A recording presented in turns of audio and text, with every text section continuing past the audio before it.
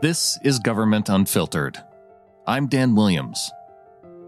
Final report. Select Committee to investigate the January 6th attack on the United States Capitol.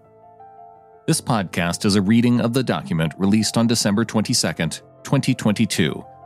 Chapter 1. The Big Lie.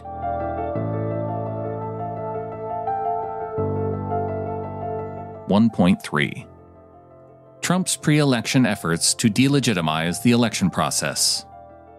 President Trump also paved the way for his false election night declaration of victory by blanketing voters with a blizzard of lies and statements delegitimizing mail-in voting in the middle of a deadly pandemic, and consistently questioning the security of ballots.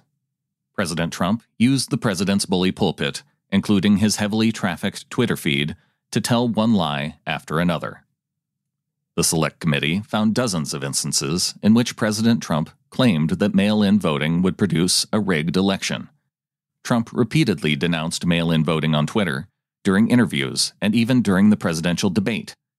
Here is a small sample of President Trump's attempts to delegitimize mail-in balloting. On April 7, 2020, President Trump claimed, "Mail ballots are a very dangerous thing for this country because they're cheaters. They go and collect them. They're fraudulent in many cases. These mailed ballots come in.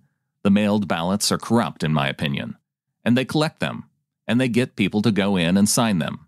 And then they're forgeries in many cases. It's a horrible thing." The following day, April 8, President Trump tweeted, "Republicans should fight very hard when it comes to statewide mail-in voting. Democrats are clamoring for it. Tremendous potential for voter fraud. And for whatever reason, doesn't work out well for Republicans. At Fox and Friends." On May 24, President Trump tweeted, "The United States cannot have all mail-in ballots. It will be the greatest rigged election in history. People grab them from mailboxes, print thousands of forgeries, and force people to sign. Also forge names. Some absentee okay when necessary, trying to use COVID for this scam." On September 17, President Trump falsely alleged that mail-in ballots were ripe for foreign interference. At True the Vote, there is a group of people, largely radical left Democrats, that want election mayhem. States must end this crazy mass sending of ballots. Also, a gift to foreign interference into our election. Stop it now, before it is too late. Before the election, as President Trump campaigned against mail-in voting, Bill Stepien sought an intercession. Along with House Minority Leader Kevin McCarthy, Stepien attempted to convince the president that mail-in voting was not a bad thing for his campaign. They argued that President Trump's decision to discourage mail-in voting, while urging his voters to vote only on Election Day, leaves a lot to chance, and would fail to take advantage of a superior grassroots operation that could encourage Trump voters to return their ballots. President Trump did not heed their warning. He continued to demonize mail-in voting. The Red Mirage was a key part of his big lie. Ominously, President Trump consistently refused to commit to accepting the outcome of the election. During an interview on Fox News in July, Chris Wallace asked, "Can you give a direct answer if you will accept the election?" President Trump responded, "I have to see. Look, I have to see. No, I'm not going to just say yes. I'm not going to say no, and I didn't last time either."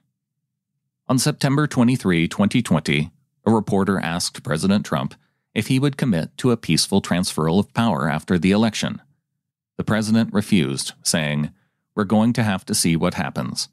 The president claimed, "The ballots are a disaster," adding that if he could get rid of the ballots, we'll have a very peaceful, there won't be a transfer, frankly. There'll be a continuation. That is, according to President Trump, there would be a continuation of his presidency. The following day, September 24, another reporter followed up by asking if the election would be legitimate only if President Trump won. The president again suggested there was something suspect about mail-in ballots, adding that he was not sure the election could be an honest one. Episodes of Government Unfiltered are created based on the value for value model. If you find value in the effort to provide an open and available reading of this document, please support the podcast at governmentunfiltered.com by clicking the support button for a one-time donation or by going to patreon.com/timberlanemedia to donate monthly. If you'd like to provide an anonymous donation, you can go to glow.fm/insider to donate on either a one-time or recurring basis. Follow the show on Twitter @govunfiltered or on Facebook at facebook.com/governmentunfiltered. Thank you for listening.